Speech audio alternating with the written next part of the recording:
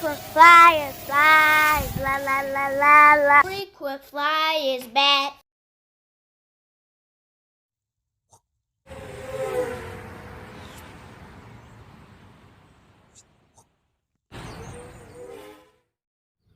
What's up? You checking out the Frequent Flyer? Welcome back to the channel. Smash the like button to show your support. If you're new to the channel, I'd like to extend a warm welcome. And so you guys are probably wondering what happened to my last FPV Friday. Well, it didn't work out. It was a little full speed 1S flyer from back in the day, and I tried to get this guy up in the air but was unsuccessful. This guy it just wouldn't stay in the air. But I just realized that this frame is just not a good idea for a flyer. Nowadays, we have better frames for these little flyers and all. These frames right here are very thin. My guess is that this frame just generates too much vibration for the flight controller. And I've been having this problem with this guy since the beginning, since I first bought this one. This is the version 2 with the blue motors. The red motor one was okay. It was a little better. I was able to at least get that guy in the air and fly it around a little. But this one here, the motors, back in the day when this one first came out, the motors were just really loud and squeaky. And I just had a problem with the accelerometer. And I'm guessing now that it's probably because of the vibration that this frame generates. And my accelerometer just would never let me fly in angle mode with this guy. It would always develop a quick lean, a deep pitch to one side or whatnot, really hard, and it would just drift really, really hard. And that was maybe about a few seconds after getting this guy in the air. And so I never really got this guy to fly normally. And to this day, still having problems with it. And I have another frame. I was going to do another newer style build with it on this frame, but I'm deciding now not to use this frame at all because I'm thinking that this frame is maybe too soft or whatnot, generating I'm afraid that this might generate some vibrations as well. So I'm not going to do the build on this. Maybe I might still try it, but I might skip that for now. And so I wanted to do an unboxing for you guys. I have this, the T-Pro from Jumper, and this is the ELRS version.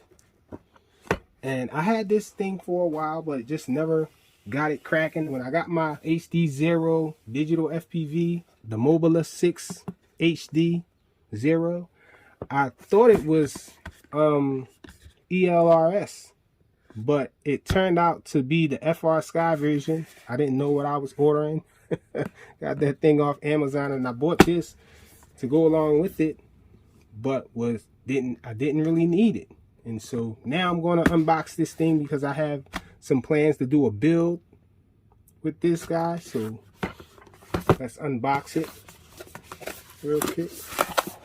See what we got in here. So it came in a case. We have the instructions manual inside there. You guys see this is the T-Pro. Move this out the way. And the significance of this thing is you get 1,000 milliwatts. So you get 1,000 milliwatts of transmitting power with this thing. So it comes with this little protector for the sticks and all when you're putting this thing in your bag or whatnot. So check it out. Looks like a DJI style controller. Looks like they copied that design. Does come with one other thing in here. And this is an adapter for the module bay. So this thing does have a little socket there, and so you can plug this little adapter thing inside there and mount it to the back of this transmitter, and you can put a external module on this thing. And so I did see a video of this early on. This one did not have like an SD card in here, no voice commands and all. But I believe now they added that. You have to hold this button down for a little while for it to turn on. Welcome to HTX. As you can see, mine does have voices. I didn't install anything on here or do anything with it. I'm actually quite ignorant to Express LRS. And so I'm learning this as we go along. But anyhow, this thing is familiar. It has the same software running in it that the Tyrannus transmitters from FR Sky had in them. And so quite familiar with that. I should be able to navigate that and figure it out pretty quick.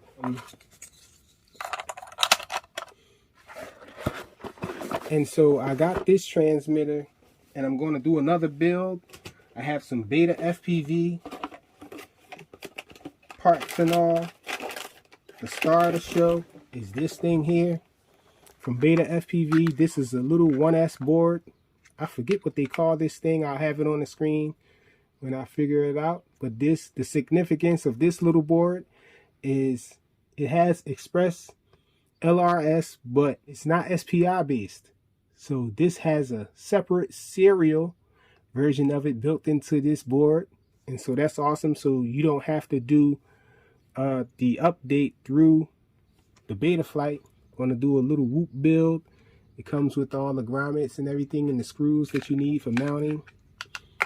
And I have a few other things.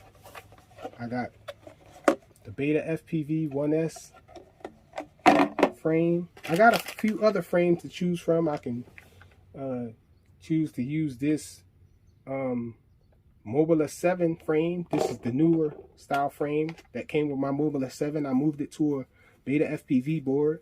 I'm actually thinking maybe I might swap that back to this board or another board and actually use that frame, the Beta 75 frame, the Beta 75 Pro frame from BetaFPV. That's that orange frame that I have the Mobile 7 installed in. Pull that out. This frame here, I'm thinking about removing the electronics from this back to that frame or into another frame and using this frame for the build. But I also have this little Beta 65mm frame to choose from. I have an old style 1S frame from BetaFPV. I did buy some props in case I want to go up to the 8mm, in case I wanted to go up to the 85mm frame. And so these are the BetaFPV Gem Fan 2020 4-blade props with the 1.5mm shaft.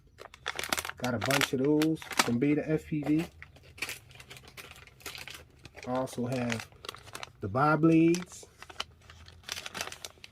These are Gem Fans as well. Got these from BetaFPV. There's the bar blade version. And I got me another little Cadix lollipop antenna. I might need, I'm not sure if I'm going to use that or not. And I'm not sure of the video transmitter, but I'm thinking about getting the HD0 Whoop light for this build. And I also have some larger props in case I go larger with the build. I did buy some spare BT 2.0 connections, whatnot, so I can modify some power leads in case I need.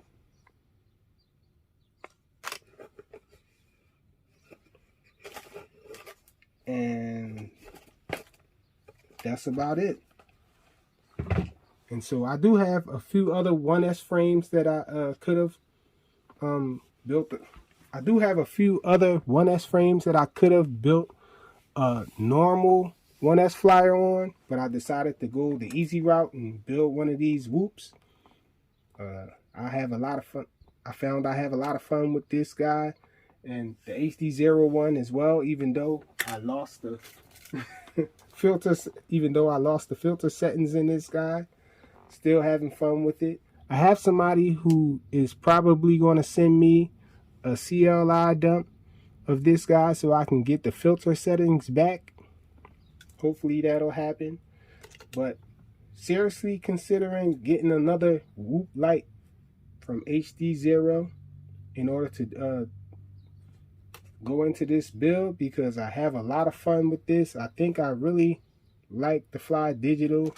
I'm not sure if I'm ever going to buy another analog VTX again. And so I tell guys, once you go digital, you might not want to go back.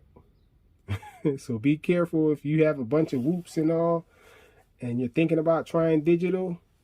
Just be careful, because it might render all your other Whoops, I don't want to say obsolete, but you just wouldn't want to fly them anymore. I know I haven't really looked forward to flying these guys after flying the digital Whoop. But anyhow, that's all I got for you guys. See you in the next one.